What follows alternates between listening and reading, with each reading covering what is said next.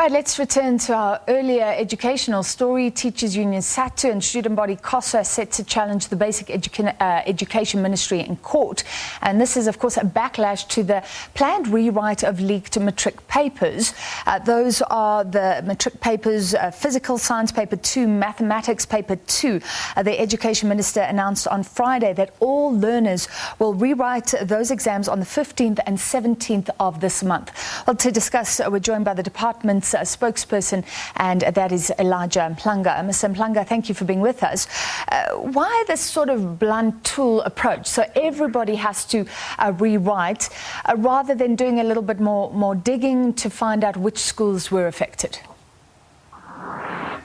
Good evening, Francis. The difficulty with doing more digging, you need more time to do that. And time is what we don't have. If we were to continue digging and not take a decision now on what needs to be done, we would risk the matric results not being released on schedule in February.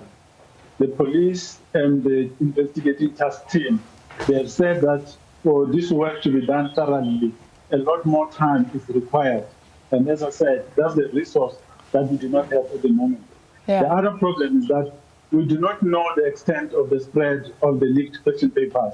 And if you do not know, it is difficult to say you are going to localize the rewriting to a particular place. The teachers' unions that we spoke to a little bit earlier said the usual protocol is to go through the marking process, and then you can get a really good idea of how much copying there was or how much cheating there was. Why not do that usual process? Well, this is an unusual situation, and they know that we have never had question papers leaked and being transmitted via WhatsApp. It's the first time that a situation like this one has occurred to the extent that it has.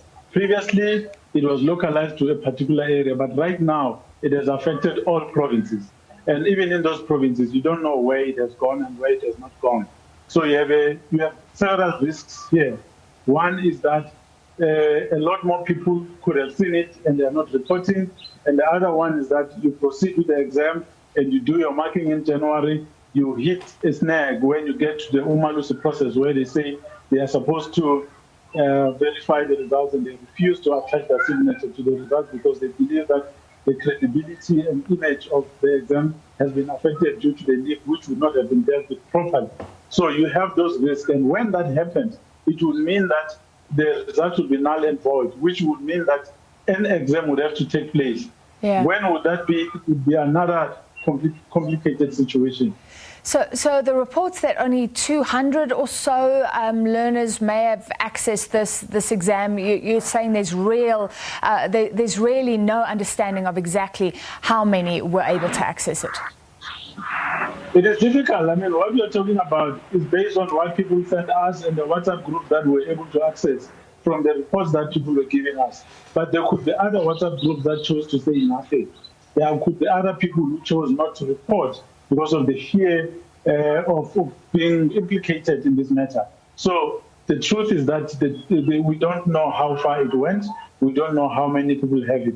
And if you cannot verify, you cannot really say for certain who had it, then it becomes difficult for you to say, we'll only select these people for the rewrite and exclude the other people. So it becomes very difficult. And for us, we believe that to remedy the situation and remove the cloud which is currently hanging on these two question papers, it is better to rewrite so that we can move on, knowing that a new paper was written which would not have leaked. Yeah.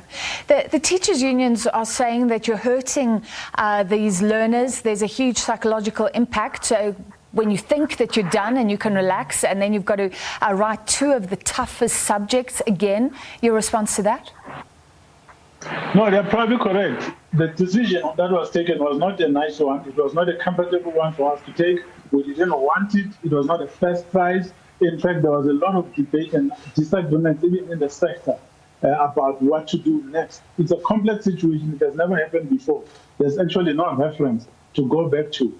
But at the end of the day, we all needed to agree that we needed to protect the integrity, credibility, and image of the matric certificate and make sure that we also protect the class of 2020 so that they don't live their lives with suspicious results that they would have obtained with a leak having taken place and nothing being done about it. So we needed to make sure that we take a step that will take care of the situation as we face it right now. We understand there's a lot of anxiety, there's a lot of pain about it. We are feeling it too. And we hope that families will support their children, and the department is also available to provide support in terms of material and also counseling together with our other partners that work in this space. So we understand and we fully sympathize with all our learners.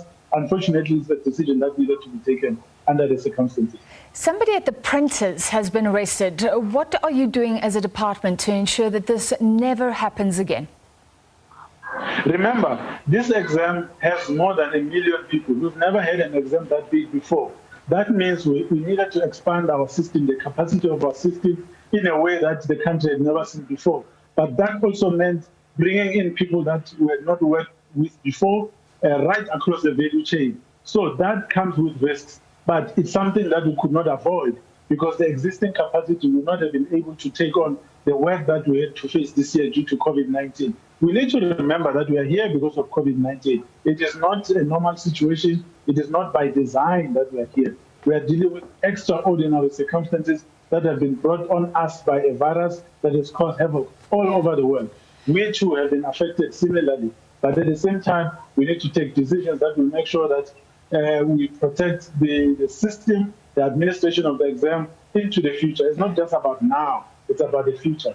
So final question, a bigger exam, more people involved, but what about checks and balances? I'm interested, as a matter of course, does everyone from whatever company that is in a position to see the paper before the exam sign an NDA? Are they warned of the consequences of leaking the papers?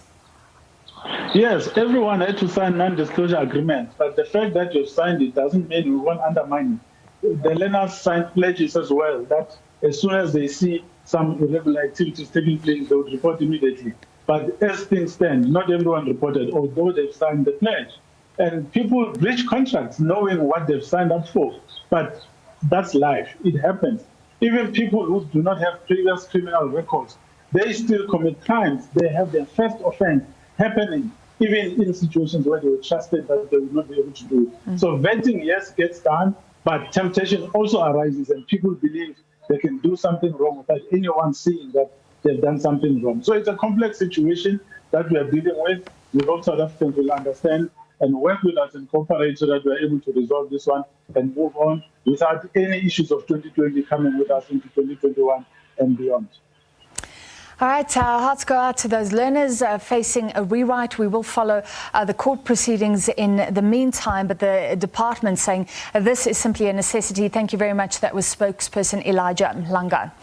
Now, coming up at around 6:30, we'll be talking to political analyst Sandile Swana.